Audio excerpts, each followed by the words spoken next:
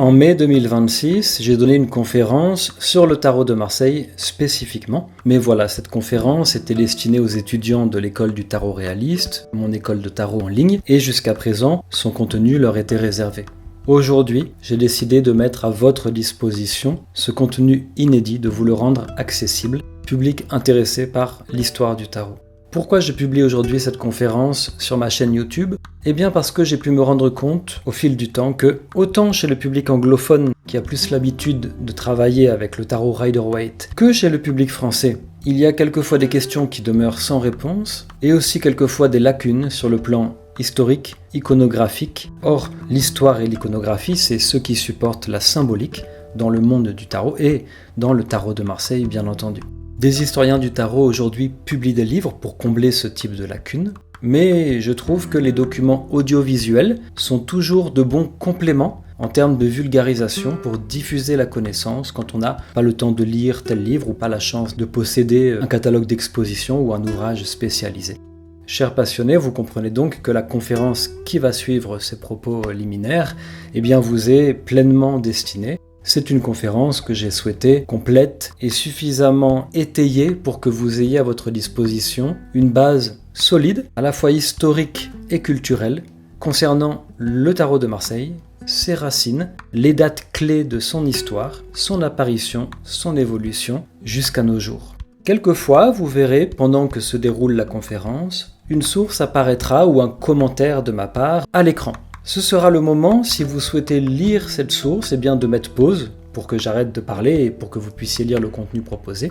Mais vous n'êtes pas du tout obligé de le faire. La conférence, vous pouvez la laisser se dérouler du début à la fin et elle passera bien comme ça aussi. Ce que vous pouvez faire aussi quand l'une des sources vous semble capitale pour votre travail ou que vous voulez vous rediriger vers le travail proposé, parce que des fois je vous renvoie vers un livre, un article, une conférence, etc. Vous pouvez faire une capture d'écran avec votre téléphone ou avec votre ordinateur et vous aurez l'image de la source. Voilà, je pense que ce sera plus pratique comme ça. J'ai eu l'opportunité de faire superviser ce document audiovisuel par Ross Caldwell, l'historien canadien du tarot, et Isabelle Nadolny, l'historienne française du tarot, et ils auront pu rectifier quelques erreurs ou me proposer des nuances à propos de certains propos, et dans ce cas-là, la rectification apparaîtra à l'écran pendant que je déroule, sous la forme d'une source, d'une image. C'est de cette façon que j'ai choisi de le faire dans cette conférence-là. Je profite de ce moment pour remercier chaleureusement Isabelle Nadolny et Ross Caldwell pour la supervision de ce travail et pour leurs commentaires qui ont été très constructifs. N'oubliez pas de vous abonner à cette chaîne si vous la découvrez, de vous exprimer en commentaire en dessous de la conférence et de mettre des j'aime si vous aimez ce contenu. Ce genre de petits gestes qui ne sont pas grand-chose pour vous sont un grand soutien pour moi pour pouvoir développer cette chaîne et continuer de vous proposer ce type de contenu. Bonne conférence à tous et à bientôt sur cette chaîne YouTube ou sur mon site tarotrealiste.com.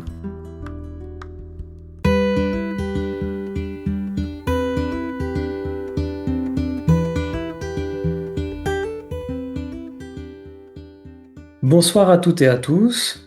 Je souhaitais démarrer cette conférence avec la citation que vous avez devant les yeux. Je ne sais plus où je l'ai entendue, je crois dans un documentaire. Mais c'est une citation de toute façon d'un anonyme. Et cette citation que je voulais vous soumettre, c'est celle-ci. La base de la connaissance se trouve non pas dans l'objet connu, mais dans le sujet connaissant. Et j'ai voulu commencer avec cette citation parce qu'en fait, avec cette conférence, on va démarrer une nouvelle collection. Et cette citation, en fait, elle est parfaite pour résumer à la fois la démarche qui est la mienne dans le tarot et cette collection qu'on va explorer ensemble. Donc vous comprenez tout de suite, les amis, que la base de la connaissance se trouve non pas dans l'objet connu, mais dans le sujet connaissant. Eh bien, dans le monde qui nous occupe, celui du tarot, l'objet, c'est le tarot. Et le sujet, c'est vous. Et le message que je souhaitais vous faire passer, que je fais régulièrement passer, c'est que vous pouvez devenir connaissant et connaissante. Vous êtes en aptitude d'accroître votre regard, d'accroître le champ de votre conscience à propos du tarot, de cumuler des savoirs, de structurer votre connaissance. C'est vous le sujet connaissant. Et j'aimerais dire, c'est à nous de nous cultiver pour pouvoir faire grandir et fleurir notre connaissance et notre maîtrise de l'objet du tarot.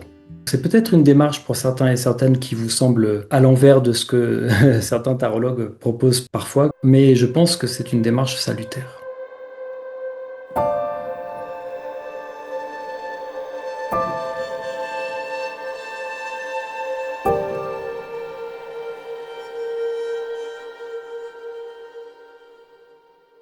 Et c'est cette citation qui me permet de vous présenter cette conférence ce soir. Le tarot de Marseille, je l'ai intitulé sobrement de cette façon parce que c'est l'objet qui nous occupe, pas le tarot, même si on va en parler un peu, mais ce style particulier de tarot, le tarot de Marseille.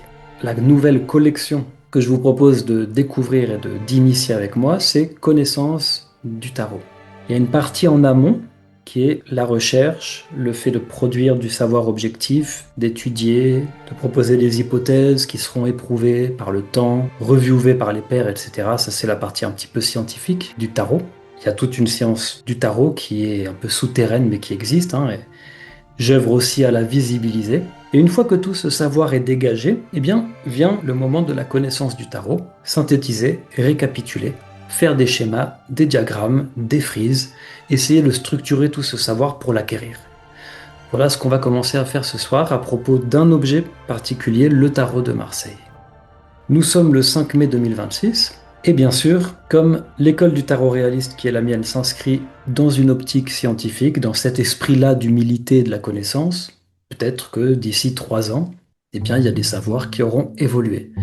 Et on verra ça ensemble et ce sera passionnant de remettre à jour notre logiciel.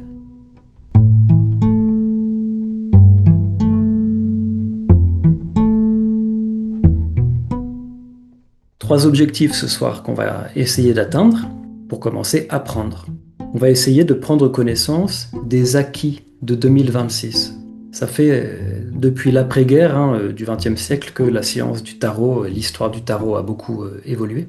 Beaucoup de savoirs ont été dégagés sur le tarot de Marseille. Lesquels sont-ils? On va déjà prendre connaissance de cette masse d'informations, mais que moi je vous aurais synthétisé en partant de toutes les connaissances et les hypothèses les plus récentes, les plus actuelles. Donc on va prendre connaissance des acquis actuels, c'est l'apprentissage. Alors à quoi ça sert d'apprendre les connaissances qu'on va voir ensemble? Ça sert à comprendre. Ça peut vous sembler bateau, mais c'est très important à mon avis de se mettre en tête que contrairement à ce que certains de mes chers confrères racontent, parce que je les écoute, j'écoute tout le monde, on peut comprendre le tarot. Et on peut connaître le tarot de Marseille. Comme tout objet créé par les humains, c'est un objet qui a ses propres limites, et on peut petit à petit, nous, en tant que sujet connaissant, en accroissant nos connaissances, commencer à maîtriser l'outil. Et d'ailleurs, comprendre ce qu'est le tarot de Marseille, ça va nous mener à la maîtrise. Moi, je crois que c'est ça qui nous préoccupe, vous et moi, j'imagine. Quelle que soit notre utilisation du tarot et du tarot de Marseille, qu'on fasse de la divination, de la thérapie avec les images du tarot, qu'on l'utilise dans un sens artistique pour s'inspirer, quel que soit l'usage, le maîtriser, cet outil me semble essentiel, de mieux en mieux le maîtriser, pour avoir une assise, et puis aussi, accessoirement, pour pouvoir répondre à des questions quand certaines personnes nous en posent. Je pense que c'est toujours bien quand même de pouvoir répondre à certaines questions. Qu'est-ce que c'est le tarot de Marseille? Est-ce qu'on saurait répondre aujourd'hui? J'espère qu'après ce cours, et puis vous aurez le replay pour retravailler dessus, vous pourrez déjà apporter des éléments de réponse que peut-être vous n'aviez pas tantôt. Vous voyez? Qu'est-ce que c'est le tarot de Marseille? Pourquoi ça s'appelle comme ça? Est-ce que c'est lié à la ville de Marseille? Ou à d'autres personnages exotiques, etc., etc. Toutes les questions qu'on se pose. Quand est-ce qu'il est apparu? Etc., etc. Et voilà, je ne vais pas de toute façon vous parler trop de science du tarot, mais il faut bien se dire qu'aujourd'hui, si vous entendez un tarologue, un cher confrère vous dire qu'on ne connaît pas les origines du tarot ou du tarot de Marseille et qu'il émerge de la nuit des temps, etc., non, il ne faut pas vous satisfaire de ça. Ça fait au moins 70 ans, 7 décennies que des historiens, des chercheurs, des indépendants, des académiciens ont cerné les origines du tarot comme du tarot de Marseille. Simplement, cette connaissance, il faut pouvoir la prendre à bras le corps, l'assimiler, la comprendre. Et moi, je suis là, entre ce savoir et vous, pour vous le passer. Et je vais essayer de faire du mieux que je pourrai, les amis.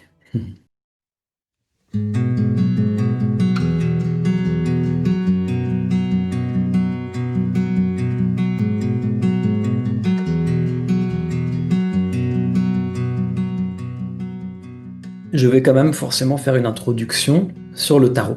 Et oui, parce que avant que le tarot de Marseille ne paraisse, le tarot de Marseille, vous allez le voir, c'est un style iconographique de tarot particulier, parmi des dizaines, des centaines, voire des milliers sur 6 siècles d'histoire.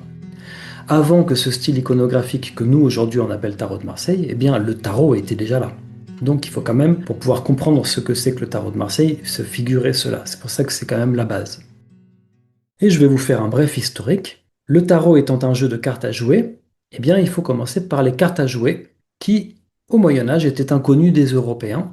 Les cartes à jouer ont été inventées par les Asiatiques, les Orientaux.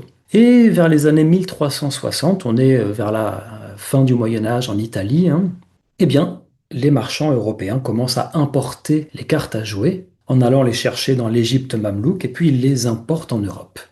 Ça arrive par les deux péninsules du sud-ouest, péninsule ibérique, l'Espagne, et péninsule italienne. Ça, ce sont que les cartes à jouer, le tarot n'existe pas encore, entre 1365 et 1370. Les Européens qui ne connaissaient pas ces jeux de cartes vont adorer immédiatement. Il va y avoir un phénomène qu'on appelle dans la recherche l'invasion des cartes qui vont envahir toute l'Europe en quelques décennies, même pas en quelques années. Et tout le monde jouera aux cartes de la rue à la cour. Il faut attendre quelques 70 ans après l'arrivée des cartes en Europe pour qu'apparaisse le tarot en Italie. Le tarot, c'est un jeu de cartes. En 70 ans, dès l'arrivée des cartes en Europe, beaucoup de jeux ont été inventés, bien sûr, et puis il y en avait un qui nous plaisait plus qu'un autre, donc on y jouait plus, l'autre était oublié, etc. Et un jour, dans la première Renaissance italienne, dans les années 1430, plutôt vers la fin, peut-être 1435-1439, dans ces années-là, en Toscane, à Florence, sans doute, apparaît un nouveau jeu de cartes. Il y a plein de jeux et il y en a un nouveau qui vient. Il s'appelle le jeu des triomphes. Le mot tarot n'existe pas encore, c'est son premier nom, le jeu des triomphes. Ce jeu de cartes, il a deux particularités tout de suite qui frappent les yeux de ceux qui le voient. Il est richement illustré et il comporte une suite d'atouts qu'on appelle nous arcanes majeures. Les atouts, les cartes maîtresses, les cartes les plus fortes dans le jeu. Et cette iconographie, en fait, qui illustre les cartes, eh bien, apparaît dans un style artistique très connu qui s'appelle le gothique tardif ou le gothique international. C'est le premier style iconographique du tarot, les amis. Le tarot, quand il apparaît dans ce style-là. Et c'est un jeu enluminé, tout est fait à la main dans des ateliers de maîtres, de peintres, qui peignent d'autres choses selon les commandes. Et puis si un riche marchand ou un mécène ou un prince d'une autre ville ou un duc leur commande un jeu de tarot, un jeu de triomphe, eh bien ces peintres à la main vont déployer leur artisanat et produire des chefs-d'œuvre à chaque fois qui sont les fameux tarots enluminés italiens. Donc la deuxième spécificité de ce jeu de cartes, c'est qu'il faut un paquet spécial, parce qu'avec le jeu ordinaire de 52 cartes qui est arrivé d'Orient, on ne peut pas jouer au tarot, parce qu'il manque les atouts et il manque les dames. Donc le tarot, c'est un jeu augmenté, et il faut acheter un nouveau paquet pour jouer au tarot. Voilà un petit peu les caractéristiques de ce jeu quand il arrive.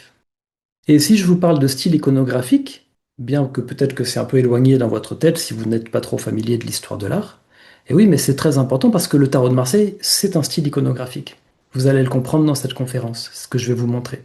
Donc c'est très important pour maîtriser et comprendre ce qu'est le tarot de Marseille, de comprendre que le tarot, puisque c'est un jeu de cartes illustré d'images, il faut bien que ces images aient été fixées à l'origine dans un style artistique, un style de dessin, de peinture, et ce style, c'est le gothique tardif.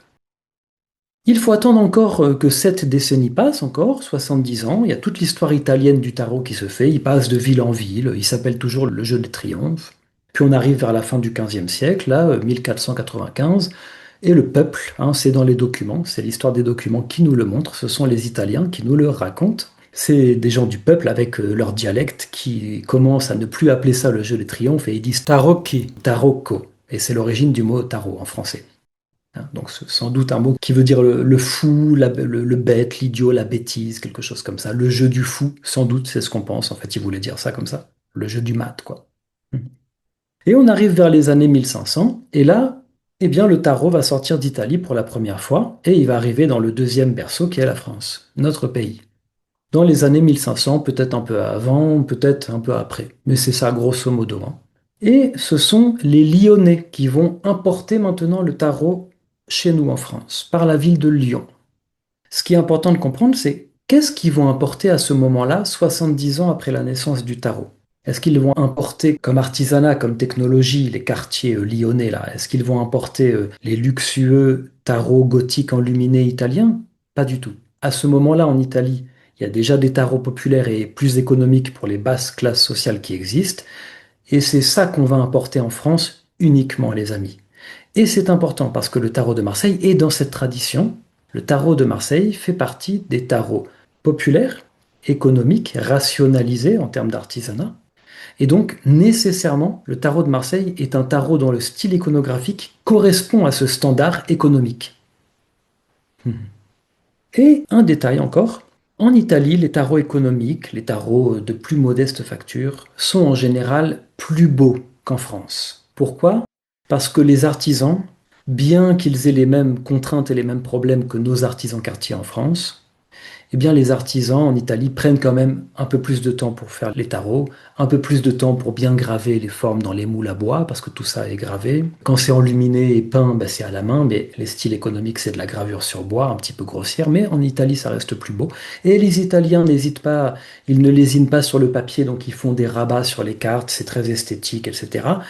Même pour des tarots de modeste facture, je vais vous en montrer après. Et vous verrez la différence de trait entre les tarots économiques italiens et les tarots économiques français. Les quartiers français, ils sont dans une hyper-rationalisation déjà à ce moment-là depuis peut-être un siècle. Ils fabriquent des cartes ordinaires et quand ils importent le tarot, ma foi, c'est un jeu de cartes parmi d'autres. Et puis on se met à créer des tarots, on refait des moules à bois. Donc ils appellent un graveur, les maîtres quartiers, ils gravent les moules. Ensuite, ils impriment ça à l'estampe en mettant de l'encre noire. Ensuite, ils peignent au pochoir, pas à la main en général, au pochoir pour que ça aille plus vite. C'est plus grossier, c'est moins beau, mais c'est ça l'hyper-rationalisation à la française à cette époque. Et ça donne des tarots comme je vais vous le montrer après. Et plus tard, les tarots de Marseille, dont certains exemplaires sont horribles, il faut le dire. Il y a certains exemplaires du tarot de Marseille, c'est trop grossier, le pochoir est mal fait, le graveur était mauvais, enfin voilà. Ça fait partie de l'histoire du tarot de Marseille, tout ça. Et il va falloir encore attendre près d'un siècle et demi pour qu'apparaisse le fameux tarot de Marseille, toujours dans la ville de Lyon. Vers 1620-1630, dans ces années-là, à Lyon, apparaît ce que nous on appelle aujourd'hui tarot de Marseille, c'est-à-dire c'est un tarot d'un style iconographique singulier, qui nous est très familier aujourd'hui, mais qui est différent des autres à l'époque. Et comme je vous l'ai dit, c'est un tarot qui est dans le standard hyper-rationaliste français, économique, populaire, plutôt à destination du peuple, même si ça reste un jeu d'élite aussi, hein, le tarot.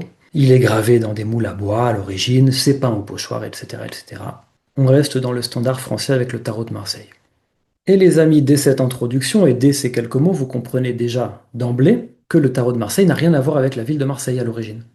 Le penser, ce serait faire la même erreur que si on pense que le cochon d'Inde, qui se trouve dans les Amériques, a un quelconque rapport avec l'Inde, le pays. C'est le même type d'erreur. Cochon d'Inde, c'est appelé comme ça parce que Christophe Colomb et ses suivants croyaient qu'ils arrivaient en Inde en arrivant aux Amériques, et donc ils ont vu ce rongeur, ils l'ont appelé cochon d'Inde. Ça n'a aucun rapport avec l'Inde, c'est une méprise. L'appellation tarot de Marseille qu'on utilise nous aujourd'hui, qui est récente, je vais vous le montrer, elle est un peu abusive aussi. Je vais vous expliquer quand même pourquoi elle a un sens, mais à l'origine, vous le comprenez, le style iconographique qu'on appelle tarot de Marseille, c'est un style lyonnais. Et la ville de Lyon se trouve dans la province qu'on appelle le Lyonnais. Et le Lyonnais n'a rien à voir ni avec les Bouches-du-Rhône actuelles et la ville de Marseille, et c'est même pas provençal le Lyonnais si vous voulez. Donc vraiment, le tarot de Marseille n'est ni provençal ni marseillais. Il est lyonnais pour l'instant en l'état actuel de nos connaissances, et de toute façon, c'est par Lyon que transitaient toutes les importations de cartes qui arrivaient d'Italie.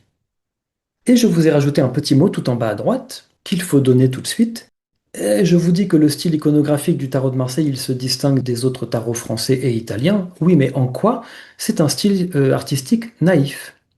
Je vous invite à vous familiariser avec ce terme. Ce n'est pas du tout un mot péjoratif, c'est un mot artistique, c'est un qualificatif. Si vous connaissez l'art naïf, par exemple, qui est plutôt moderne, plutôt récent, ben voilà, vous savez de quoi je parle.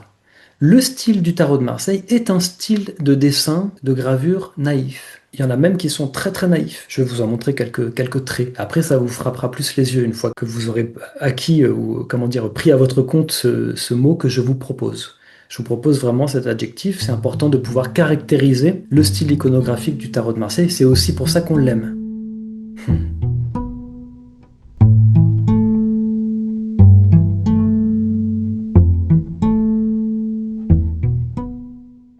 Donc un premier rappel important les amis, par rapport au tarot de Marseille. Dans ce bref historique que je vous ai fait, qu'on passe de l'Italie à la France, avec les tarots qui passent d'un pays à l'autre, vers les années 1500, ou, toujours en France, qu'on évolue des années 1500 jusqu'aux années 1630, jusqu'à l'apparition du tarot de Marseille, le tarot est toujours resté un jeu de cartes. Là, on vient déjà de couvrir une période de 2 siècles, presque quasiment exactement 2 siècles, 1430-1630. Le jeu des triomphes est un jeu de cartes, le tarot est toujours un jeu de cartes. Ce n'est pas que ça. Nécessairement, c'est aussi un objet de méditation philosophique, puisque l'iconographie, la richesse des illustrations symboliques, emblématiques, allégoriques, archétypales pour certaines, invite nécessairement à décoder le message. Donc c'est un jeu qui, de base, le tarot a un double sens de lecture, on pourrait dire ça comme ça basiquement. Mais il reste toujours un jeu de cartes, il est joué par les joueurs, c'est important de se le figurer. Et on va avancer comme ça dans cette conférence et je vais tout le temps vous faire des petits rappels pour vous montrer les plages historiques qu'on recouvre en vous disant oui mais là, c'était toujours un jeu de cartes.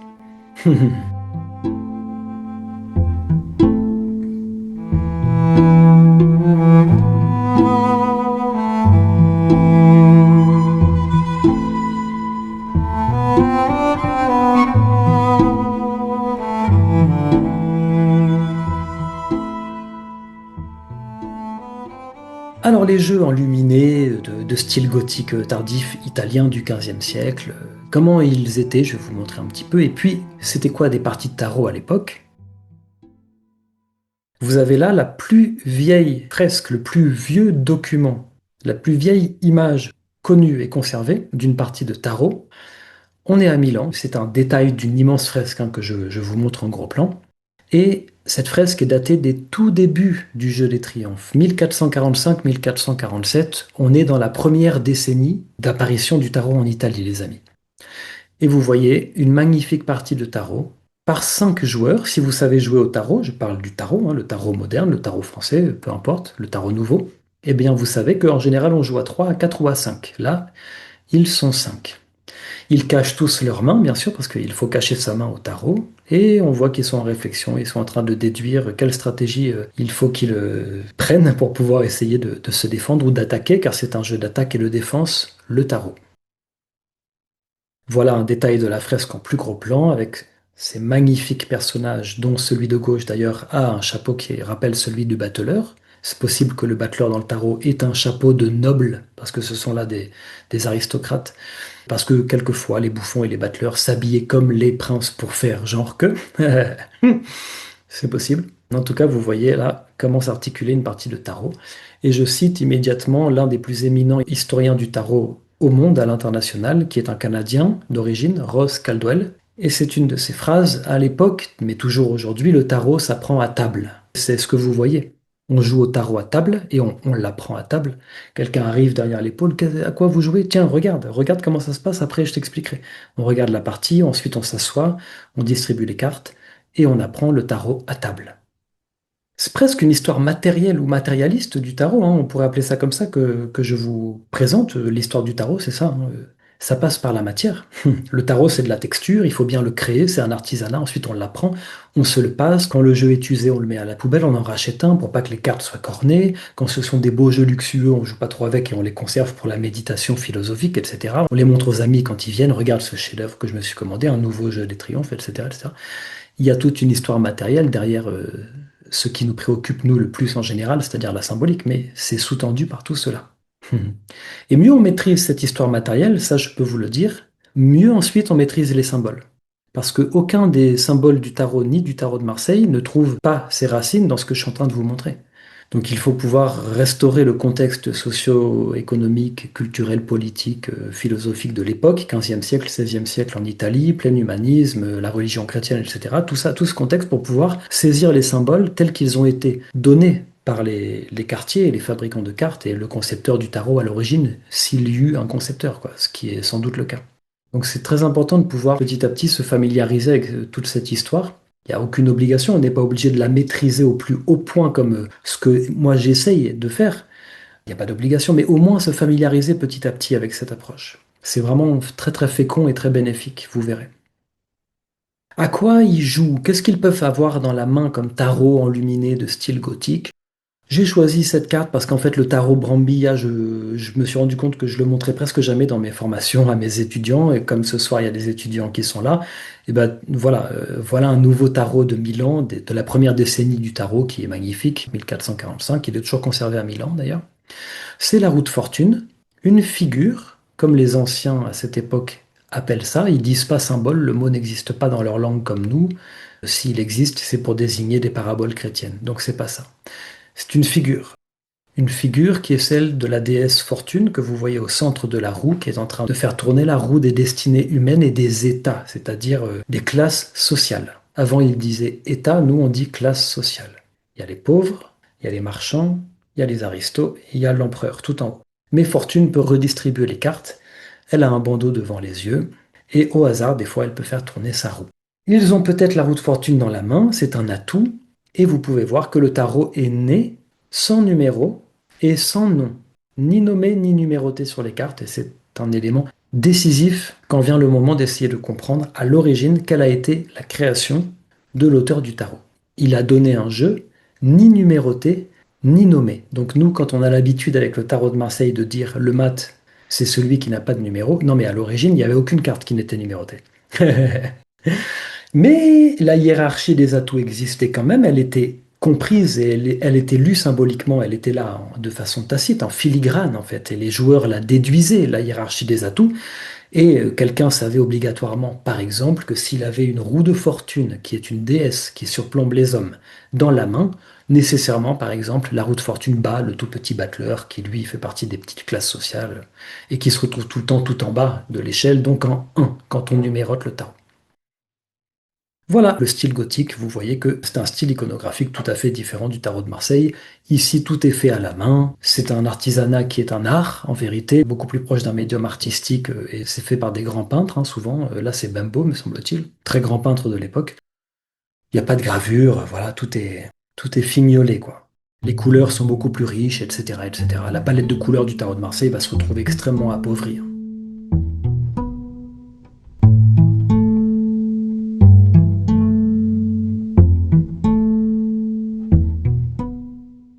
Alors maintenant, les tarots français du XVIe siècle, là au tout début des années 1500, quand ça arrive à Lyon et tout, je vais essayer de vous en montrer un peu. Et puis les premiers tarots de Marseille. Alors je vais utiliser l'abréviation TDM, hein, tarot de Marseille. Ce sera plus rapide, mettez-vous là en tête. Là, vous avez un tarot de Lyon de 1557, un siècle après le tarot que je viens de vous montrer, le tarot Brambilla. Vous voyez que ça n'a rien à voir.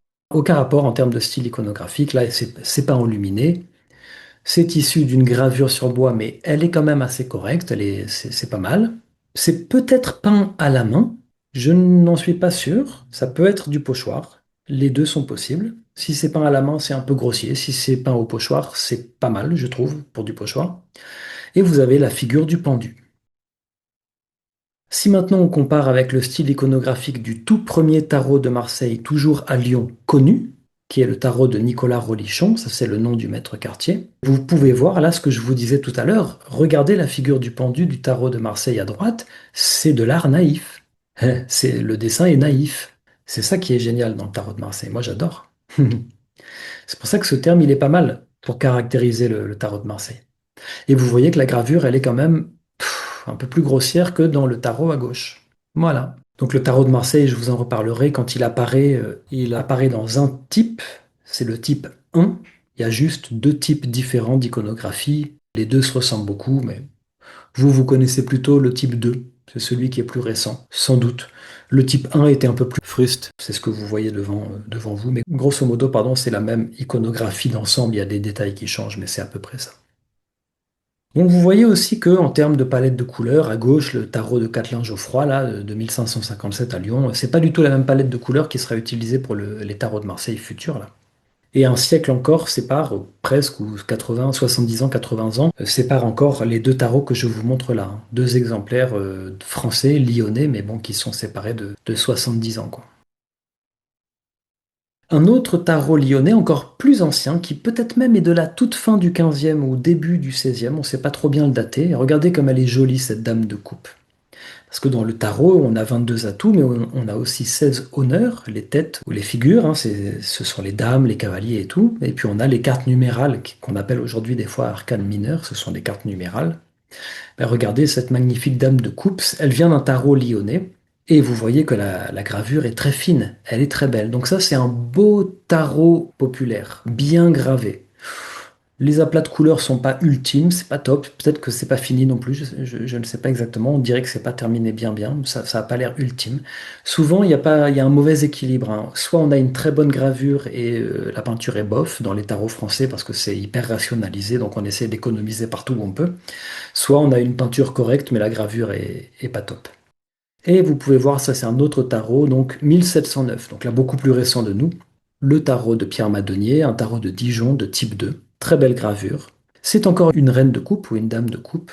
Bah, vous pouvez voir que c'est quand même pas du tout le même style iconographique. Même quand la gravure, parce qu'il n'y a pas une gravure plus belle que celle de Pierre Madonier à droite, hein, dans les tarots de Marseille, c'est vraiment le mieux gravé de tous, ou un des deux, quoi. Même quand la gravure est très belle comme ça, vous voyez quand même qu'on reste dans un style un peu naïf. Et les traits sont encore un tout petit peu, quel serait l'adjectif? Rondelés, je ne saurais pas trop comment dire, mais c'est plus charnu, c'est plus rond dans le tarot de Marseille. À gauche, c'est plus anguleux, le trait est plus fin. C'est de la gravure, hein, les deux.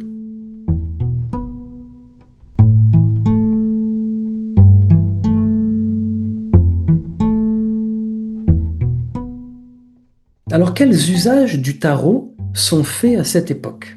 Peut-être que là, dans le groupe auquel je m'adresse, il y a une personne qui utilise le tarot pour faire de la divination, par exemple. Est-ce qu'à cette époque, c'était le cas? Il y en a peut-être, comme c'est mon cas, qui utilisent le tarot dans le cadre de consultations et de séances de psychopratique. Est-ce qu'à cette époque, les gens faisaient ça? Quels étaient les usages du tarot, du début du tarot à sa naissance jusqu'à l'apparition du tarot de Marseille dont on parle ce soir? Je vais vous parler des usages attestés par l'histoire de la documentation. En tout premier, il est né en tant que jeu de cartes. Le tarot, à cette époque, jusqu'à l'arrivée du tarot de Marseille, était joué.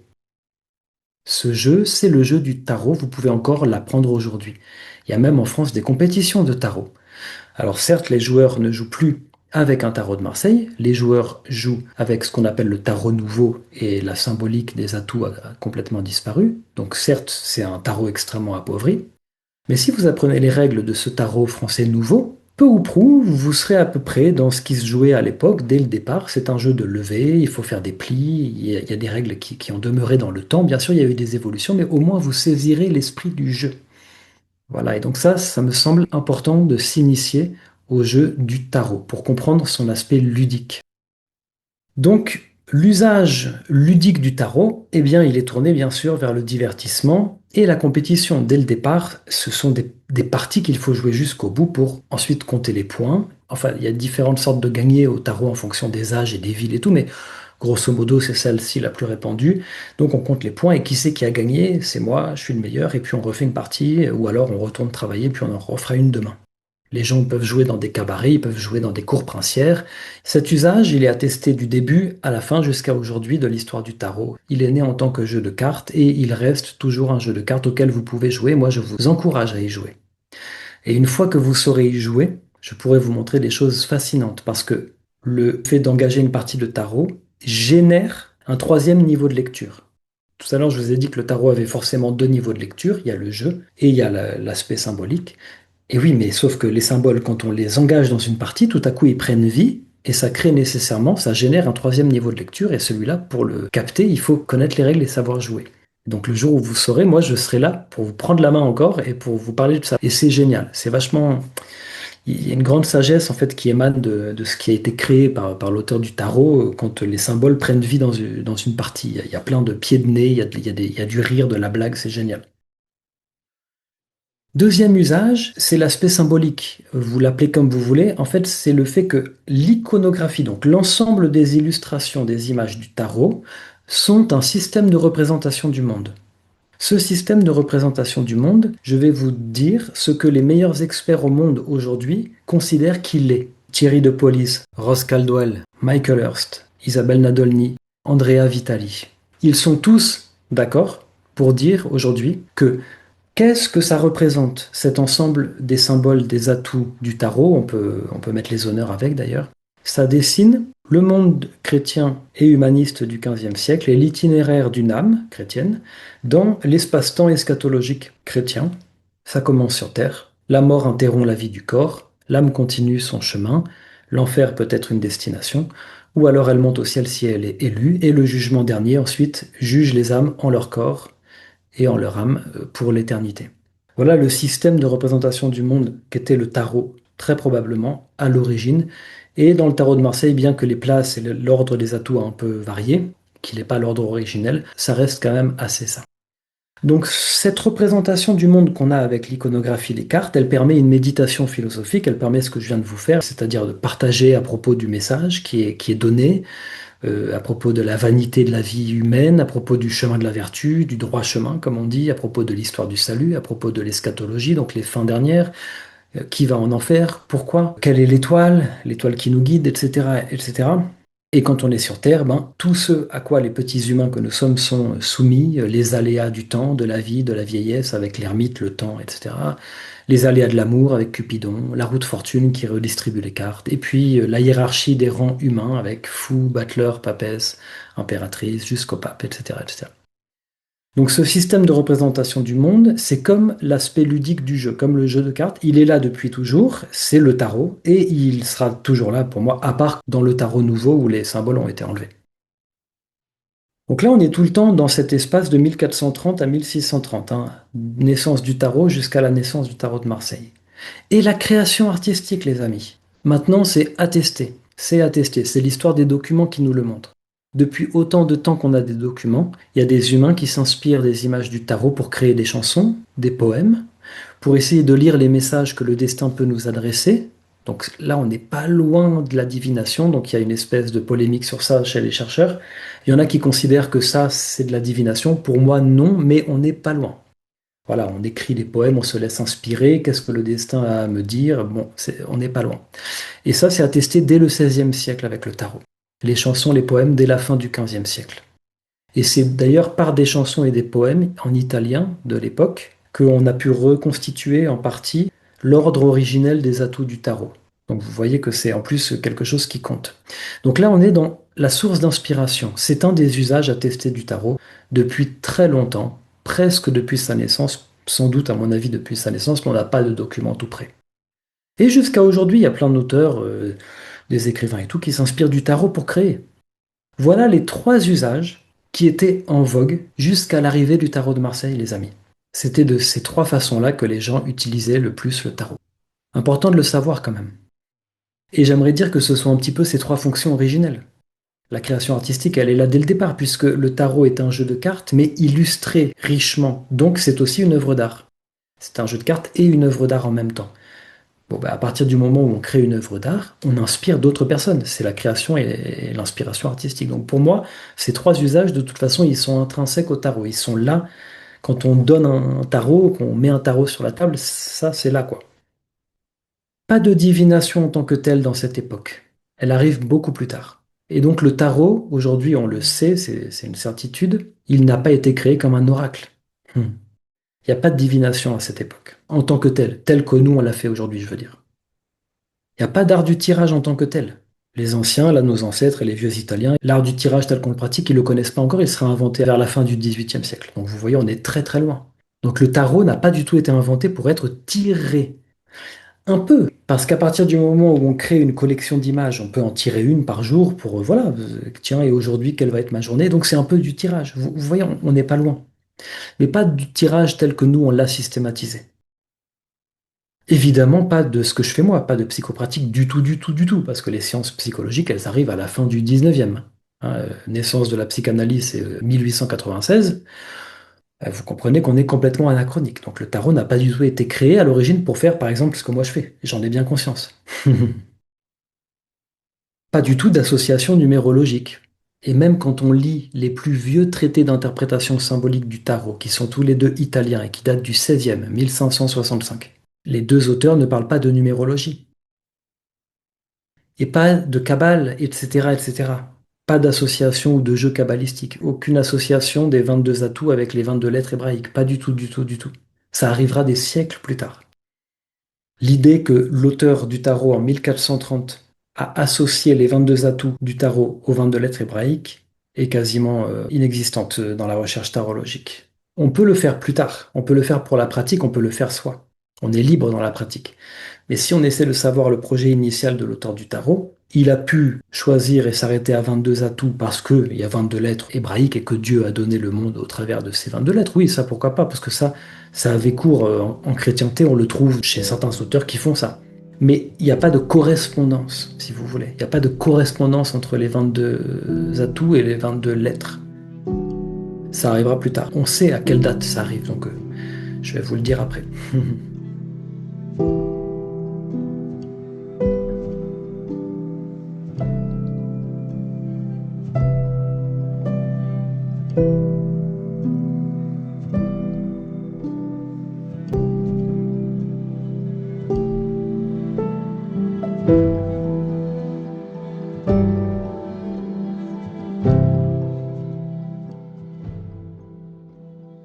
Les prémices italiennes du tarot de Marseille. Parce que le tarot de Marseille est un style iconographique qui est apparu en France, mais ses racines sont italiennes. Les graveurs, les quartiers qui ont petit à petit, il faut croire, créé ce style du tarot de Marseille, en fait, ils se sont beaucoup inspirés d'images italiennes. C'est ce que je vais vous montrer. On a deux documents dans l'histoire de la documentation qui constituent comme des stades intermédiaires dans l'évolution des tarots jusqu'au style tarot de Marseille. C'est ce qui nous fait penser pour certains, c'est ce que je pense moi aujourd'hui, que le tarot de Marseille n'a pas été inventé par quelqu'un. Il est le résultat d'une lente évolution du style iconographique. Mais l'invention reste possible quand même. Mais vous allez voir que là, on a comme des stades intermédiaires, donc c'est quand même renseignant. Le premier, c'est sans doute un tarot milanais des années 1500. C'est encore une feuille non découpée, donc elle n'a pas encore été peinte et tout. On l'appelle la feuille Cari-Iel. Je vais vous la montrer. Et le deuxième document, après 1550, c'est la deuxième partie du 16e, encore un tarot milanais, qui est une carte du monde, numérotée cette fois-ci, donc on voit que les cartes commencent à être numérotées, et elle a été retrouvée dans le puits du château des Sforza, comme d'autres cartes ont été retrouvées aussi là-dedans. Je vais vous montrer ces deux documents très intéressants, qui donc sont italiens tous les deux, et sans doute lombards et de Milan tous les deux. Or, on sait la trajectoire du tarot, hein, que c'est en montant vers la Lombardie et la ville de Milan qu'ensuite ça arrive à Lyon en France. Donc, l'hypothèse actuelle, qui est la plus logique, c'est que les quartiers lyonnais s'inspiraient des iconographies des tarots lombards et milanais italiens qu'ils recevaient. Et que c'est comme ça, petit à petit, qu'en s'inspirant de ces cartes italiennes, ils ont créé le style iconographique tarot de Marseille. Donc ça, c'est la feuille Cari-Iel. Vous voyez, c'est une feuille de tarot qui n'a pas encore été découpée. Normalement, il faut tout découper pour créer toutes les petites cartes et tout, et puis rajouter des couches de papier pour épaissir la carte et pouvoir jouer avec. Il n'y a pas encore de couleur. Et si vous êtes attentif, vous pouvez voir qu'en fait, il y a certaines images d'atouts qui préfigurent vraiment les images du tarot de Marseille. On voit bien qu'en fait, les modèles du tarot de Marseille sont là, ce sont les mêmes, mais d'autres non. Comme un stade intermédiaire. Le battleur, si vous le voyez au milieu, il n'est pas du tout présenté comme dans le tarot de Marseille, il est de profil, un peu bizarre et tout. Pas le même chapeau, truc, rien à voir. Pas le même diable, pas la même tempérance. Mais on a un fou qui s'est mis en marche de profil. On a l'archétype du fou du tarot de Marseille. On a surtout la lune qui sera exactement celle du tarot de Marseille, qui est juste ici. Je vous l'ai montré que elle en grand, parce que souvent dans mes cours, je vous montre les autres images. Mais vous pouvez faire une capture d'écran et vous zoomerez dedans, vous verrez.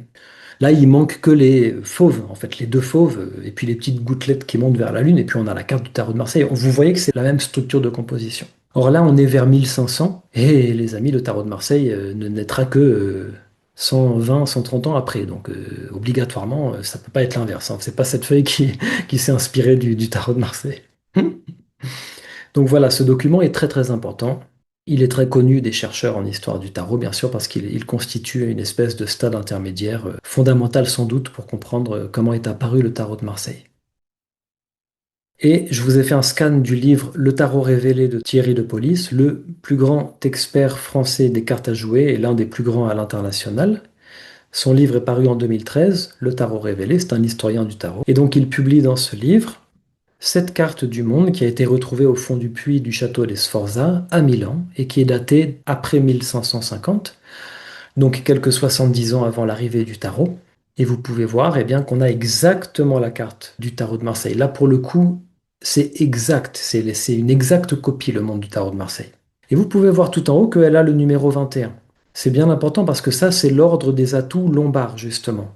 Normalement, par exemple en Toscane, le monde n'est pas en 21, il est en 20. C'est le jugement dernier qui est tout en haut en 21. Mais quand le tarot est arrivé à Milan, il a un peu changé l'ordre de ses atouts, et c'est cet ordre-là dont nous on a hérité avec le tarot français. Nos tarots français sont en fait calqués sur l'ordre des atouts lombards. Vous le voyez ici.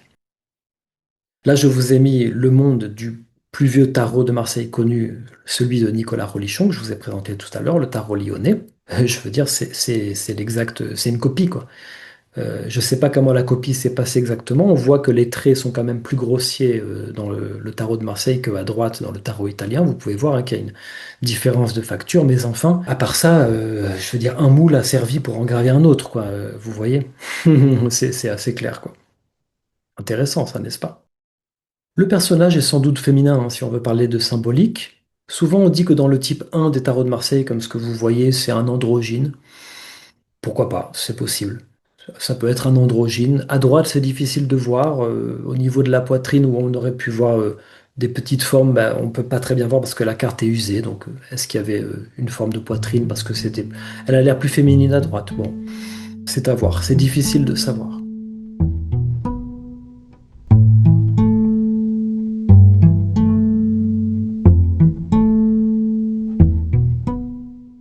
Alors, qu'est-ce qu'on peut conclure sur ces prémices italiennes du tarot de Marseille?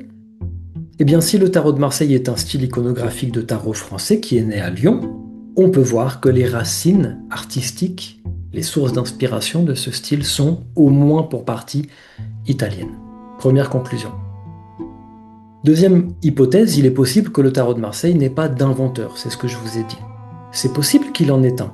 C'est possible que un érudit, connaissant le tarot et ayant des tarots, en France, par exemple, quelque part en France, se soit dit, tiens, je vais créer un nouveau style iconographique de tarot pour faire passer plus tel ou tel message symbolique, et qu'il ait inventé le style tarot de Marseille, et qu'après, pour une raison qui nous échappe, eh bien, ce style est extrêmement plu aux joueurs plutôt qu'un autre, et qu'il se le soit arraché, et que partout ensuite, les gens aient voulu plus que ce style, parce que c'est le style qui a fini par s'imposer en France.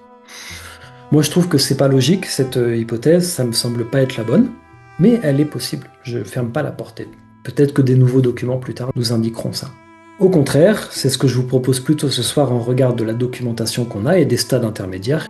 Il est possible que le tarot de Marseille n'ait pas d'inventeur et que ce soit en fait un style iconographique qui soit le fruit d'une évolution progressive au cours du XVIe siècle, pour arriver au début XVIIe et puis se fixer quoi. Et il faut comprendre que c'était la demande qui faisait l'offre.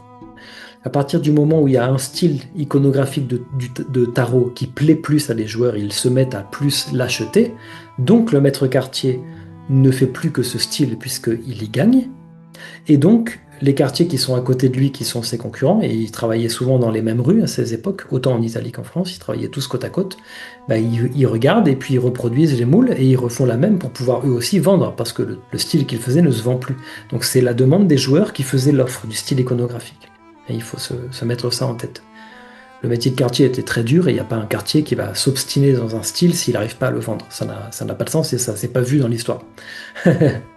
Non, les quartiers s'adaptaient à la demande. C'était un métier très difficile et déjà qu'ils avaient une avance de frais considérable à chaque fois qu'ils fabriquaient quelque chose, un tarot, où il fallait qu'ils renflouent après. C'était compliqué. Et dernière hypothèse, qui est formulée par Thierry de Police, elle est assez logique. Si le premier exemplaire de tarot de Marseille que je vous ai montré, qui est connu, qui date de 1620-1630 à Lyon, eh bien ce style iconographique de tarot a probablement dû se fixer un peu avant, en fait. Sans doute que finalement, le style tarot de Marseille est apparu sans doute à la fin du XVIe, au début du XVIIe, un peu avant celui que je vous ai montré, sauf qu'on n'a pas l'exemplaire, quoi. Mais c'est fort probable. Peut-être qu'un jour on le retrouvera, ou peut-être qu'on le retrouvera pas. Ou peut-être que celui que je vous ai montré finalement aura été le premier. Bon, c'est un peu difficile de savoir. Voilà les hypothèses les plus actuelles qu'on puisse avoir en fait sur les prémices du tarot de Marseille.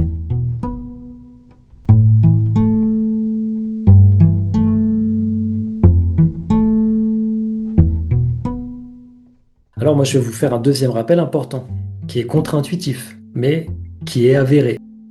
Dans ce bref historique dans lequel on se trouve. Les tarots sont arrivés en France vers 1500, et puis là, il y a l'apparition du tarot de Marseille vers 1620-1630. Eh bien, ce style, il ne s'appelle pas encore tarot de Marseille à cette époque.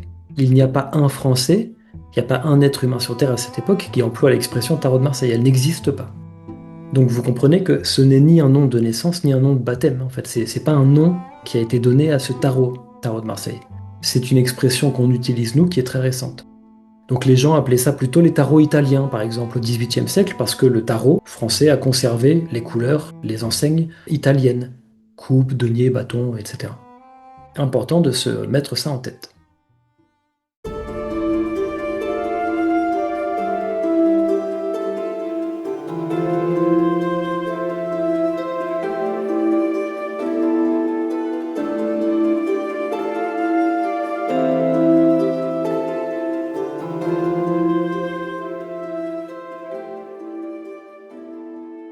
Donc maintenant, la deuxième partie, ça va être la naissance du tarot de Marseille. On l'a vu un petit peu, mais je vais vous en reparler. On va la détailler. Donc voici la planche du tarot de Nicolas Rolichon, dont je vous ai déjà montré quelques atouts. Elle apparaît comme ça, c'est-à-dire qu'en fait, elle a été conservée quelque part à la fin du 19e siècle. Elle a été publiée dans un livre en juillet 1919. C'est la page là que vous avez. Et après, malheureusement, en fait, la feuille originale de ce tarot, eh bien, elle a disparu. Voilà, terminé. On ne l'a plus. Mais heureusement, il y avait des gens qui avaient fait des reproductions à l'époque, donc on peut toujours avoir une photocopie du plus vieux tarot de Marseille qu'on connaisse aujourd'hui, qui est toujours celui-là, et qui vient de Lyon. Et voilà par exemple un autre atout, l'empereur. Il est complètement inspiré de l'empereur italien de la feuille carrée que je vous ai montré tout à l'heure, hein. C'est un de profil et tout avec la jambe croisée, c'est le style italien. Et vous voyez que comme on est dans le type 1, le premier type de tarot de Marseille, la première iconographie proposée, la première qui s'est fixée, on a un petit 4 en chiffre arabe qui est gravé dans le moule de l'empereur. Ça c'est vraiment typique des types 1. Quand vous avez un tarot de Marseille en main, si vous avez un empereur avec un 4 comme ça, c'est que c'est un type 1 et que c'est un plus vieux tarot en général. Pourquoi? Personne ne sait. Est-ce que c'est vraiment un 4 en chiffre arabe? C'est possible. Pourquoi il a été mis là alors qu'il était gravé déjà en chiffre romain en haut? On ne sait pas. Est-ce que ça peut être autre chose qu'un chiffre arabe? Oui, ça peut être par exemple ce qu'on appelle un 4 de chiffre, qui n'est pas du tout un nombre, même si ça s'appelle pareil. C'est une marque d'artisan quartier ou de compagnons tailleurs de pierre et tout. Les compagnons, les artisans, les graveurs, les imprimeurs à ces époques, quelquefois laissaient une marque qui faisait partie de leur corporation, de leur guilde, qu'on appelait des 4 de chiffres. Ça pourrait être un 4 de chiffres. Donc dans ce cas-là, c'est juste une marque, quoi. On ne sait pas vraiment. On ne sait pas vraiment. Est-ce que ça peut être le signe astrologique de Jupiter? Je ne pense pas. Mais on n'est pas loin. Et vu que l'empereur est jupitérien depuis l'Antiquité, pourquoi pas? Mais voilà un petit détail qui est spécifique du type 1 des tarots de Marseille.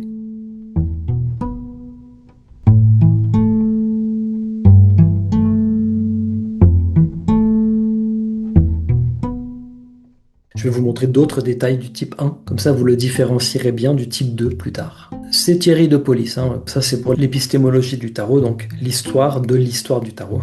Étudier comment les connaissances se sont déployées, c'est à l'avantage de notre chercheur français, hein, Thierry de Police. C'est lui qui, un jour dans son travail, s'est rendu compte en fait qu'il y avait deux styles iconographiques qui se distinguaient au sein même du style iconographique qu'on appelle tarot de Marseille. Avant lui, personne ne s'en était vraiment rendu compte. Et il a tout à fait raison. Donc il a appelé ça type 1, c'est le plus ancien, et puis type 2. Le type 2, petit à petit, c'est pas parfait dans l'histoire, mais il vient recouvrir le type 1 et il ne se grave plus ensuite de type 1. Voilà. Il y a un moment où on fait un peu les deux, puis après il n'y a plus que du type 2, quoi. Donc voilà par exemple le fol ou le fou. Fol, c'est la forme d'ancien français du moyen et moderne français fou. C'est le même mot. Donc voilà le fou du tarot de Marseille de Nicolas Rolichon, le plus vieux fou qu'on connaisse. Et c'est important qu'il s'appelle fou. Parce que dans le type 1, il n'y a pas de mat, les amis. Si un jour vous avez en main un nouveau tarot de Marseille que vous ne connaissiez pas et que le fou s'appelle le mat, vous pouvez être certain que c'est un type 2. Parce qu'il n'y a pas de fou qui s'appelle mat dans les types 1. Je vous montrerai ça tout à l'heure. Or, c'est peut-être un détail qui a son importance, parce que la raison pour laquelle un jour le fou s'appelle mat, c'est une énigme et voilà, à laquelle il faudra s'atteler pour essayer de la comprendre. Donc, que l'appellation change un jour, c'est intéressant. Voilà, vous voyez que dès le départ, dans le tarot de Marseille, le fou, celui qui représente le rebelle, qui renie Dieu, à l'origine c'est ça, celui qui prend la poudre d'escampette et qui trace son chemin au milieu de chemins d'errance, de champs en friche, de vagabondage, lui, eh bien, Dans le tarot de Marseille, il est présenté comme un peu une allégorie de l'âme en transit, justement, de l'humain qui passe à travers les épreuves de cette vie terrestre. Il est chassé ou accompagné par un petit fauve, un chat ou un chien. Il a l'air d'être une espèce de pèlerin et il regarde souvent au ciel.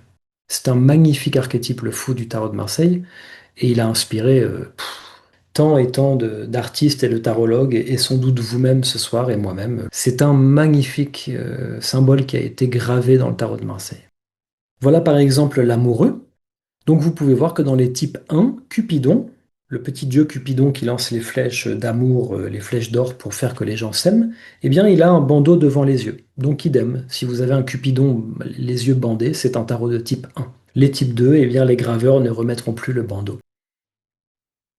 Voilà une tempérance, souvent, pas toujours je crois, mais de tête quelquefois, la figure féminine de la tempérance, qui est une vertu chrétienne, hein, la vertu de modération, eh bien laisse apparaître un sein ou sa poitrine entière dans les tarots de type 1, les tarots de Marseille de type 1.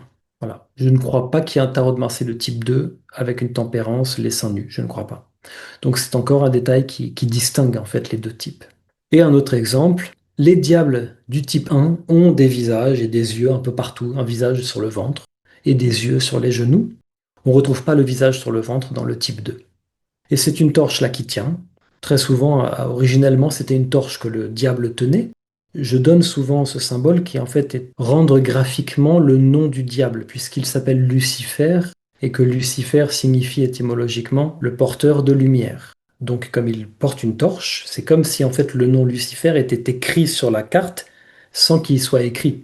Vous comprenez, c'est un symbole graphique. On lui met une torche, il est porteur de la lumière, donc on comprend que c'est Lucifer et pas un autre petit démon annexe. Non, c'est Lucifer que vous avez devant les yeux. C'est ça l'idée du symbole en fait, de lui faire tenir une torche, quoi.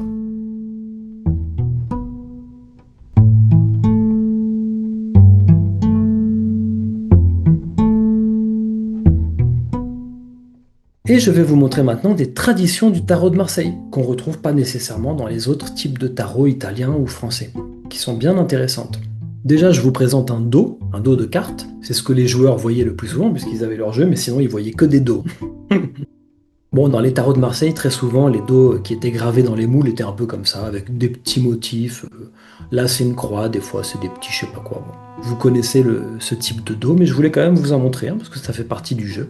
Les tarots italiens n'ont pas un dos comme ça, voilà, c'est ce que je veux vous dire par exemple, quoi. Ça, c'est typique du style tarot de Marseille français. Dans les tarots de Marseille, les quartiers ont pris l'habitude, apparemment depuis le début, puisque là, ce que vous avez devant les yeux, c'est toujours le tarot de Nicolas Rolichon, donc le plus vieux connu, hein. Entre 1620 et 1637, il a été gravé.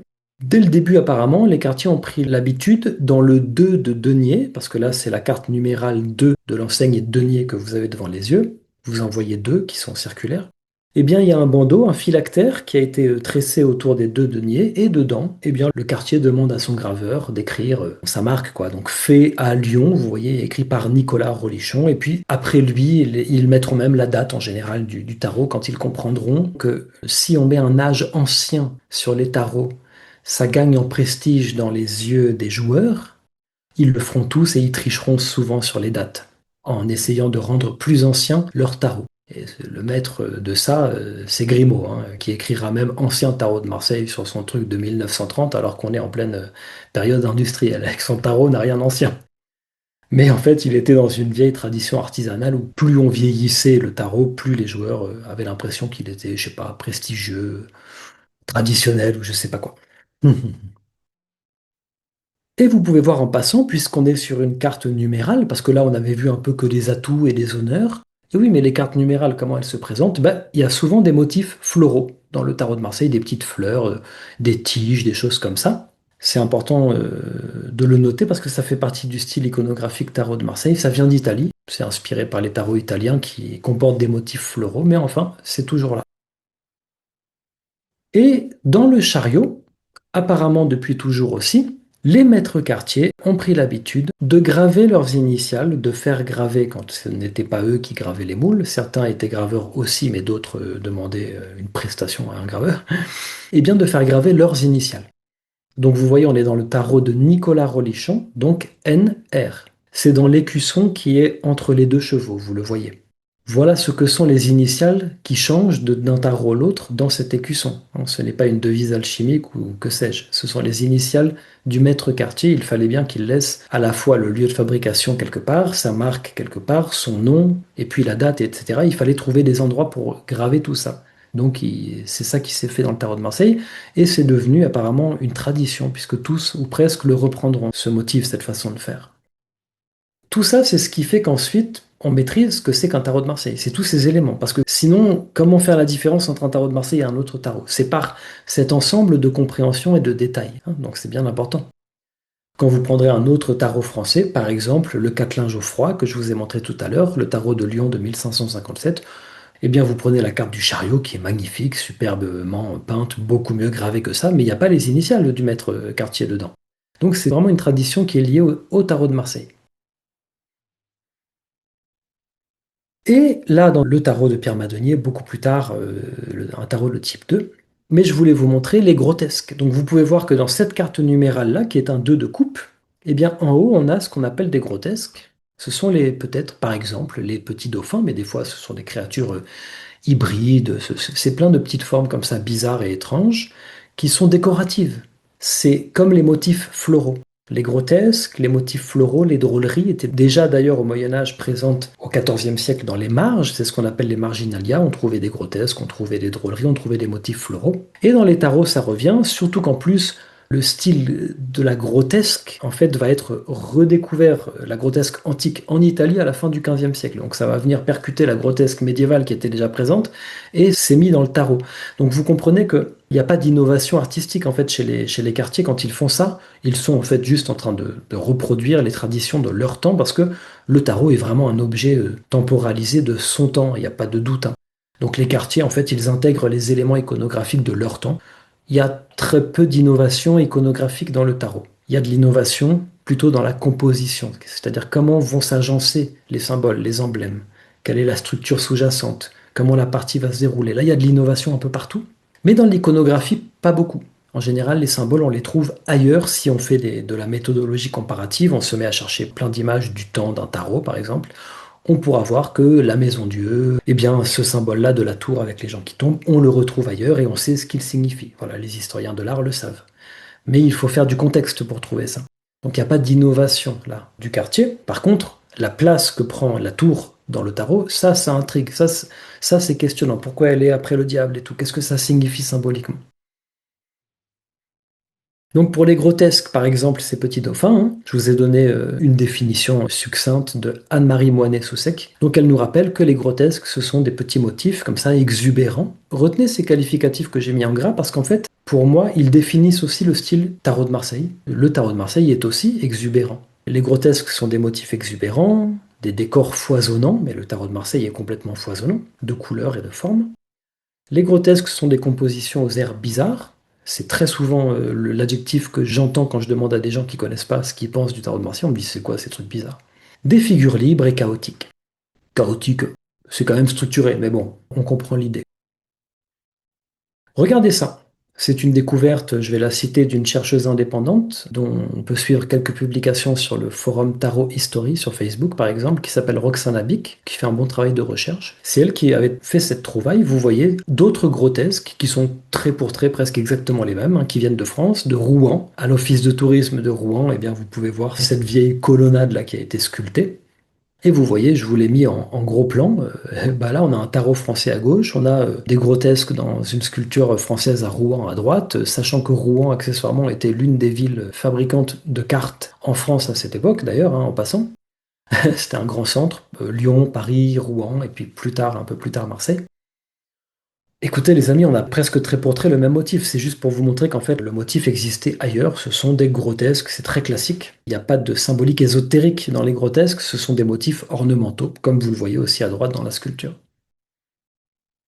Et voilà, dans le tarot, il faut le signifier dans le tarot de Marseille, dans tous les tarots français jusqu'à l'époque qu'on étudie. Les tarots ont pris l'habitude de conserver les couleurs, ou on appelle ça aussi les enseignes italiennes. Ces enseignes italiennes, on les appelle aussi latines. Denier, coupe, bâton et épée. Ce sont tous les as de ces couleurs. Et c'est très important d'avoir ça en tête parce que si le tarot de Marseille est un style iconographique de tarot français, oui, mais par contre, il a des couleurs italiennes. Il a conservé les couleurs italiennes. Et pourquoi c'est important de se le figurer, de le garder en mémoire? Ben, c'est parce que un jour, les quartiers vont changer ça. Il y a des quartiers qui vont se dire, bon, ça commence à nous faire un peu chier de graver des formes aussi complexes pour les trucs. Nous, on veut hyper rationaliser encore plus pour vendre mieux, parce qu'en plus, le tarot est en déclin. Qu'est-ce qu'on peut faire? Ben, on va passer sur les couleurs françaises, qui sont beaucoup plus simples, beaucoup plus sommaires, beaucoup plus réduites, beaucoup moins de couleurs, donc on économise sur les teintes. Et en plus, pour les joueurs, c'est encore plus lisible, beaucoup plus facile de jouer. Et ces quartiers-là vont se dire en même temps, bah tiens, si on enlevait tous les symboles de la suite d'atouts. Parce qu'en fait, on n'en a rien à faire. De toute façon, les joueurs, ils jouent pareil, qu'ils aient un diable dans la main ou une petite scène bucolique, ils jouent de la même façon au tarot.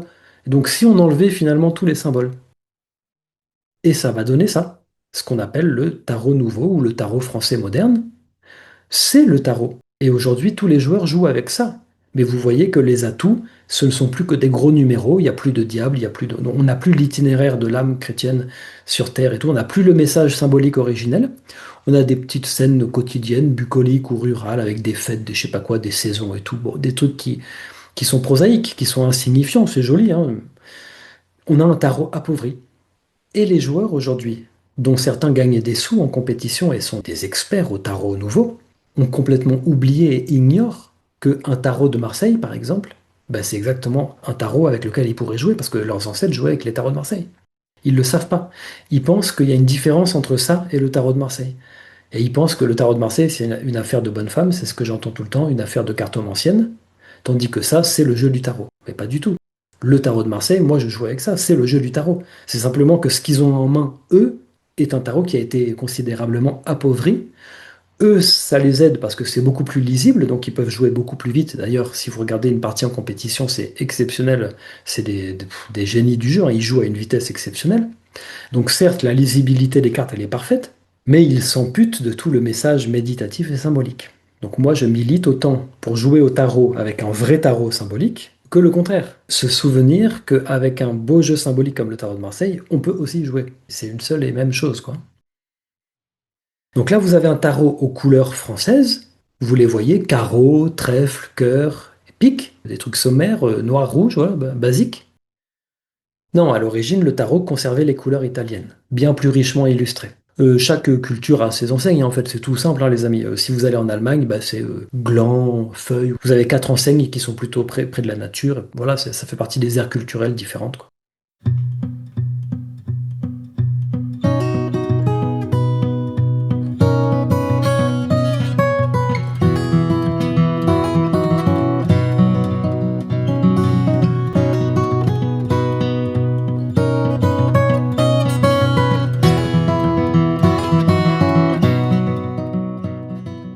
En troisième partie, maintenant, je vais vous montrer quand est-ce qu'est apparu le tarot de Marseille maintenant de type 2, celui sans doute que vous connaissez mieux. Eh bien, c'est avec justement le tarot de Pierre Madenier. Donc vous voyez là, on fait un bond dans le temps, hein. On commence à se rapprocher de notre époque. 1709. Donc pendant un siècle, les joueurs joueront avec le type de tarot que je vous ai montré. Tout à coup, un jour, à Dijon, un maître quartier, Pierre Madenier, pour une raison qu'on ignore, mais il avait ses raisons, décide de graver un nouveau tarot de Marseille qui sera presque pareil, mais un peu différent, un peu plus beau, un peu plus noble, un peu mieux gravé. Et c'est la naissance du tarot de Marseille de type 2. Le voilà. Vous pouvez voir ce que je vous disais tout à l'heure. C'est encore coloré au pochoir, donc les aplats de couleurs, c'est catastrophique, quoi. Nous, on est habitués, hein, on est habitués. On aime ça. À la fin, on finit par aimer. Mais si vous regardez, si vous êtes un peu peintre, ça déborde de partout. Mais enfin, ça va, ça passe. Par contre, la gravure est très belle. Les traits sont nobles, les traits, c'est beau. Moi, c'est ce tarot de Marseille-là que j'utilise personnellement pour mes tirages, en psychopratique, en travail sur soi, avec des gens ou pour moi-même. C'est ce tarot-là que j'utilise. Vous pouvez vous procurer un exemplaire restitué, c'est-à-dire presque restauré en fac-similé, par Yves Reynaud, qui est un artisan moderne marseillais. Et lui, il restitue des vieux tarots de Marseille. Si vous avez besoin ou si vous avez envie de vous prendre un exemplaire comme ça pour en avoir un chez vous, je vous donnerai le lien pour aller sur son site. Donc vous pouvez voir par exemple le fou du tarot et le chariot. Regardez au centre des deux chevaux l'écusson bien mieux centré d'ailleurs. PM, les initiales de Pierre Madenier. Il a conservé la tradition des tarots de Marseille de type 1, et ça montre bien qu'il est parti sur les mêmes rails. Et regardez notre fou, il ne s'appelle plus le fou. C'est la naissance du mat, à laquelle vous assistez de vos yeux là. Première fois que le mat arrive dans le tarot. Alors c'est pareil, hein, les amis. Beaucoup d'encre a coulé sur l'origine du mot mat, qu'est-ce que ça veut dire, etc., etc. Le fou s'appelle le mat tout simplement parce que le tarot est italien à l'origine et qu'en Italie, le fou se dit il matto. Donc la traduction directe en français, matto, mat, c'est tout, le mat, il matto, le mat. Il matto en italien, ça veut dire fou, toqué, imbécile. Donc la vraie question qui se cache derrière l'arrivée du mat dans le tarot, ce n'est pas celle de l'origine du nom mat, parce qu'on la connaissait, il matto, le mat. Et on sait par les documents que les joueurs français avaient conservé certains mots de vocabulaire italien jusqu'à cette époque. Ils appelaient souvent le battleur baga, donc c'est le diminutif italien, par exemple, et pourtant il y avait écrit le battleur sur la carte en français. Mais ils avaient l'habitude de l'appeler le baga, le petit.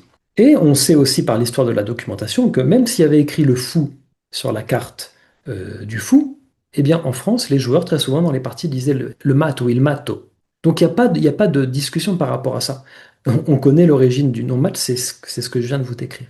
C'est-à-dire qu'au moment où Pierre Madenier demande à son graveur, par contre ne grave pas le fou, grave le mat pour la première fois, ça fait des siècles que les Français disent le mat dans les parties. Donc il n'y a pas de mystère sur ça. La question, c'est pourquoi Pierre Madenier demande ça à son graveur? C'est ça la question. Quel intérêt Pierre Madenier il a de modifier un nom sur une carte qui pourtant est traditionnel, donc qui est un gain de sûreté par rapport aux ventes? Parce que les joueurs, si vous changez quelque chose qu'ils aiment sur la carte, c'est pas bien. C'est un risque que vous prenez. Donc quel intérêt il a à faire appeler tout à coup sa carte le mat? Et c'est plutôt sur ce type de recherche que moi je vous invite à aller, puisque l'autre est résolu sur l'origine du mot mat. Et là, il y a des choses. J'ai trouvé personnellement de mon côté des choses qu'il faut que je soumette quoi, à la critique, qui des hypothèses qui, à mon sens, sont significatives, des bonnes raisons pour lesquelles ce maître quartier-là aurait pu faire appeler le fou le mat, mais voilà, il faut pouvoir le démontrer, il faut pouvoir en expliquer voilà, les tenants et les aboutissants. Mais je voulais quand même déjà vous signifier que le mat s'appelle le mat parce que c'est il matto et que les joueurs appelaient souvent le fou le mat. Voilà l'empereur du tarot de Pierre Madenier. Il n'y a plus le petit 4 en chiffre arabe gravé dedans. Donc quand Pierre Madenier fait regraver ses moules, il dit voilà, nouveau type iconographique, on enlève les trucs qui servent à rien, et l'empereur apparaît comme vous avez l'habitude sans doute. Il n'y a plus besoin de mettre le petit 4 dans le moule. Autre signe qu'on est dans un type 2. Vous voyez là le petit Cupidon, hop, qui balance ses flèches, il n'a plus le bandeau sur les yeux, c'est ce que je vous disais tout à l'heure. Type 2. On renouvelle un petit peu l'iconographie, mais c'est sensible, hein, vous voyez, c'est rien du tout, c'est des petits détails par-ci par-là. Par contre, pour la symbolique, ça peut jouer. Quand vous faites un tirage, s'il y a un bandeau ou pas, vous pouvez être inspiré d'une façon différente. Mais enfin, grosso modo, ce sont quand même des petits détails. La tempérance ne montre plus un saint ou deux. Elle est un petit peu plus chaste, la chasteté étant le synonyme de cette vertu, hein, parce que la vertu de tempérance, c'est la modération et la chasteté. C'est le fait de se réfréner dans ses instincts. Et vous voyez un diable qui n'a plus de visage sur le ventre, comme je vous disais, qui n'a plus d'yeux sur les genoux. Très beau diable. Il a toujours une torche. C'est Lucifer. Et on a aussi, il faut le noter, un très beau vert avec le tarot de Pierre Madenier. Moi, je pense que c'est pour ça aussi que c'est mon tarot préféré. J'aime beaucoup ce vert. On ne le retrouve pas dans les palettes de couleurs de tous les tarots de Marseille de type 2.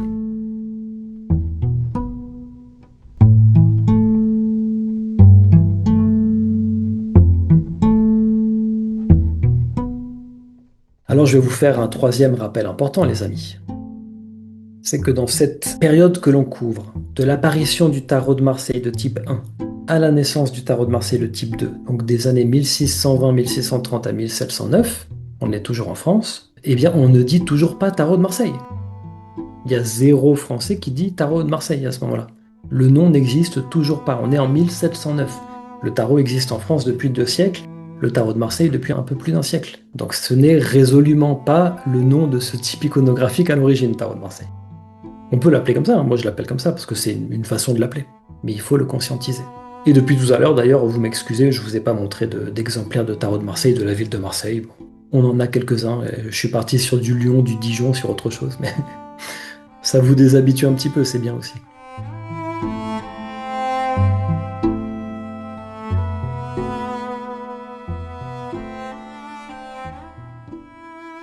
Quatrième rappel encore plus important, les usages attestés du tarot, ben, c'est toujours pareil. On est en 1709, et que font les Français avec le tarot? Ils jouent aux cartes, ils se divertissent, ils font des compétitions. Ils méditent sans doute sur le système de représentation du monde que ça représente, très bien, les symboles. Ils s'inspirent, création artistique, chansons, poèmes, trucs, mais toujours pas de divination en tant que telle, on est en 1709.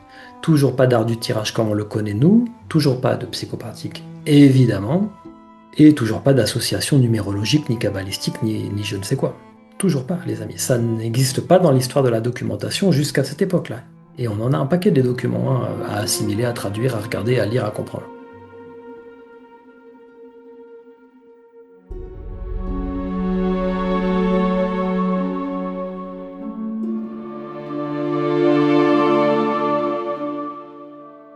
En quatrième partie, hein, eh bien, on va voir les nouveaux usages, les usages modernes, parce qu'ils vont bien arriver un jour, ces usages qu'on connaît nous, et qu'on a l'impression que ça fait de toute éternité que les gens font de la numérologie avec le tarot, et que pas du tout. Bon, à un moment, ça arrive. Donc on va les voir, et on va voir quand est-ce que le tarot de Marseille s'est fait appeler comme ça. Un bref historique, hein, on était en 1709.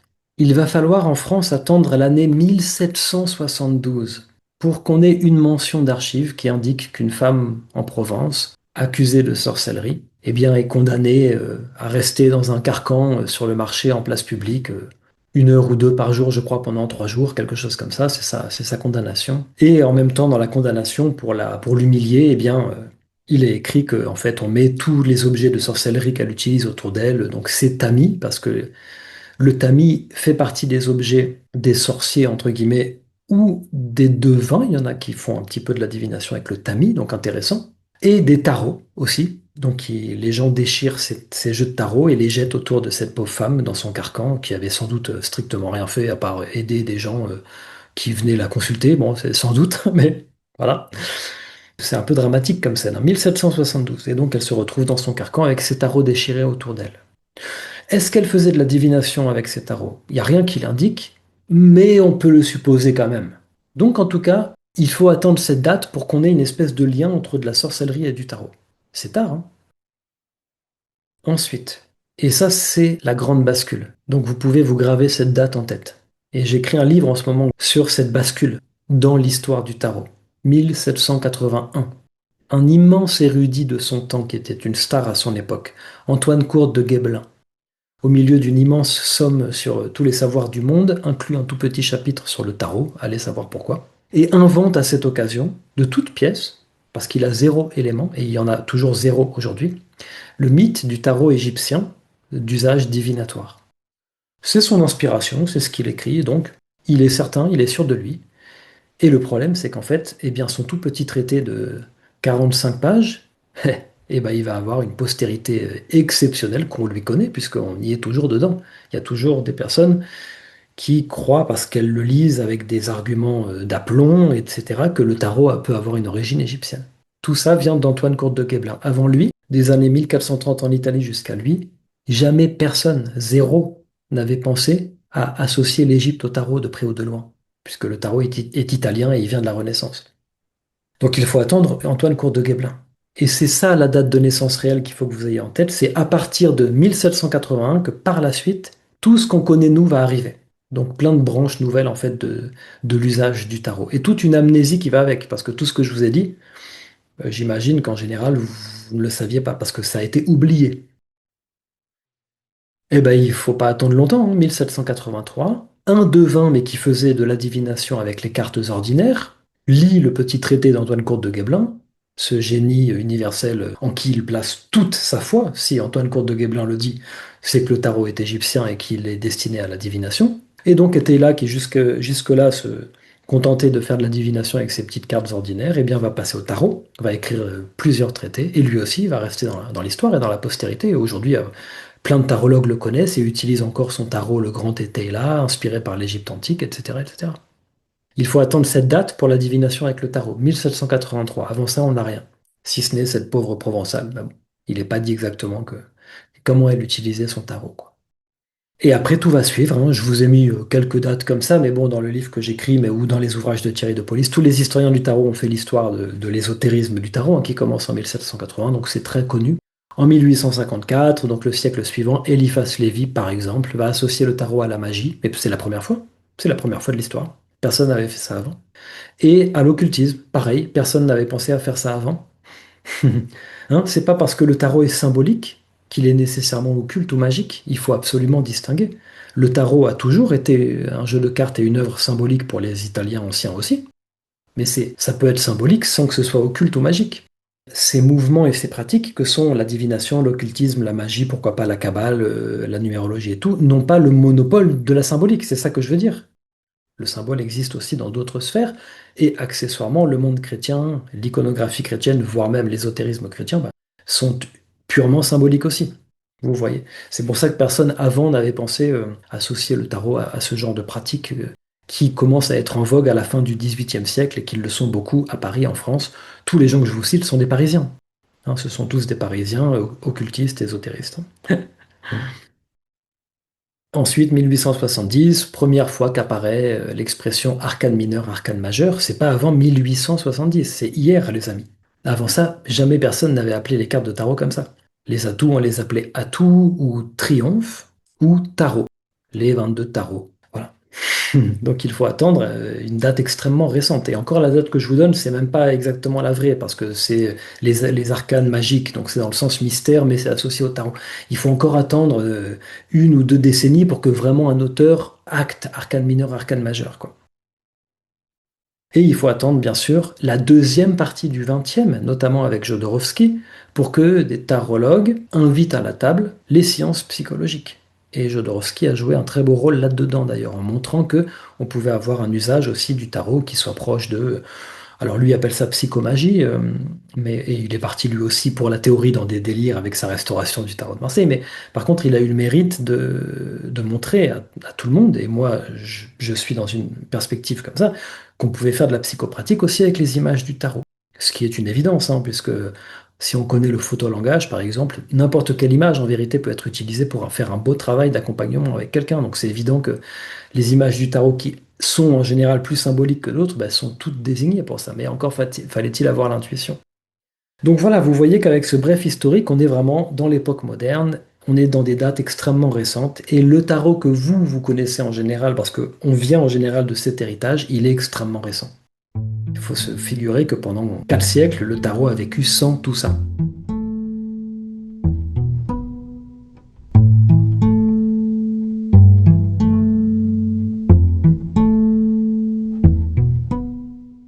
Donc maintenant, je vais réactualiser ma petite grille des usages du tarot, il faut le faire, parce qu'aujourd'hui, maintenant, on est en 2026, et donc tous ces nouveaux usages se sont ajoutés, et en pratique, on est libre d'utiliser le tarot comme on le souhaite, et comme nos ancêtres l'ont toujours fait, bien évidemment. Savoir ce que je vous dis ne nous empêche pas de faire ce qu'on veut. C'est ça qu'il faut comprendre, quoi. Le jeu de cartes, toujours, il y a des gens qui jouent au tarot, c'est toujours présent. C'est toujours le tarot, surtout le tarot de Marseille ou des vrais tarots avec les vraies images symboliques, pas le tarot nouveau. C'est toujours un système de représentation du monde avec un itinéraire qu'on peut suivre, des épreuves et tout, et puis une espèce de parcours d'accomplissement. Le tarot inspire toujours en création artistique, très bien, pas de problème. Et puis se sont ajoutés tous les courants occultistes, la divination, l'art du tirage, et tout en même temps, à partir du 19e seulement, jamais avant, la kabbale, la numérologie, l'arbre des séphirotes, tout ce que vous voulez, la magie, etc. Donc là, on est plutôt dans des terrains, des pratiques et des doctrines qui visent finalement à pouvoir utiliser et canaliser son intuition, son troisième œil, sa préscience, ses prémonitions, tout ce qui relève un petit peu de la sensitivité. On est un petit peu là-dedans avec l'occultisme et l'ésotérisme, je crois. Et puis s'est ajouté, notamment depuis Jodorowsky, tout l'aspect développement personnel et psychopratique, le travail sur soi, la thérapie, donc destiné à quoi? Soit c'est pour soi qu'on fait, mais sinon à l'accompagnement, accompagner l'autre, à la relation d'aide, à la connaissance de soi, au coaching, etc., etc. Et ça, ce sont vraiment des usages extrêmement modernes qu'on peut avoir de ce jeu de cartes à l'origine italien et renaissant.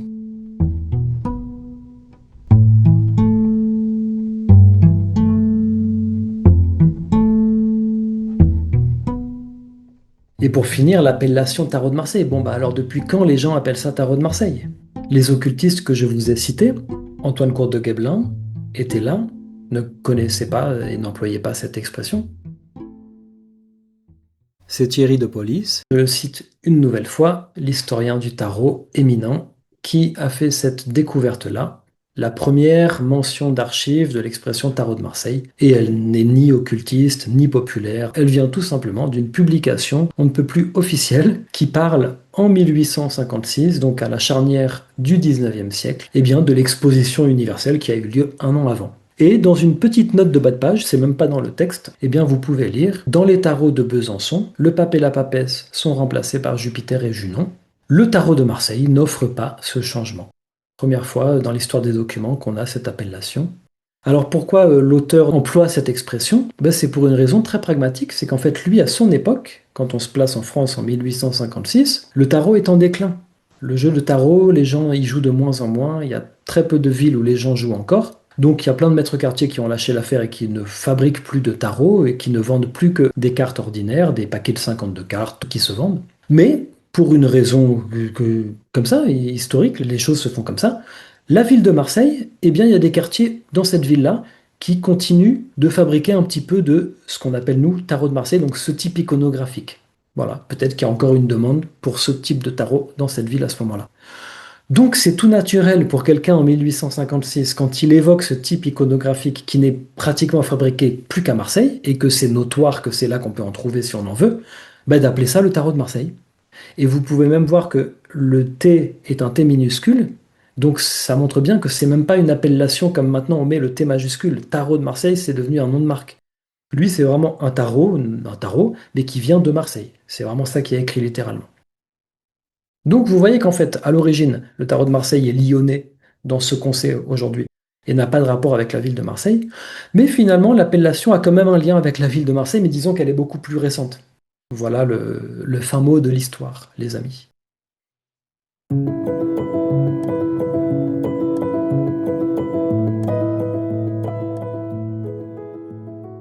Je vous ai fait un petit paragraphe pour résumer techniquement ce qu'est le tarot de Marseille, si on ne parle pas et on ne s'embarque pas dans l'interprétation symbolique. Le tarot de Marseille est donc un style iconographique de tarot, dont les racines sont pour partie italiennes, apparu en France dans les années 1620-1630. Le trait et le dessin de ce style iconographique, issu d'un procédé de gravure sur bois puis colorié au pochoir au moyen d'une palette d'une demi-douzaine de couleurs, peut être caractérisé de naïf. Les cartes numérales du tarot de Marseille incluent des motifs floraux ainsi que des grotesques. L'ensemble des illustrations renvoie souvent une impression d'étrangeté, de bizarrerie, d'exubérance et de foisonnement. Tarot classique, composé de 78 cartes dont 22 atouts et 16 honneurs, et donc 40 cartes numérales. Le tarot de Marseille fut joué jusqu'au XIXe siècle, jusqu'à ce qu'il soit remplacé par le tarot nouveau, dans le jeu, peu ou prou. Et il sert maintenant principalement aux devins, aux ésotéristes, aux coachs, aux thérapeutes, ainsi qu'aux psychopraticiens. Les atouts se distinguent particulièrement des atouts d'autres styles de tarot, de par l'originalité de leur design, et frappent très souvent les esprits.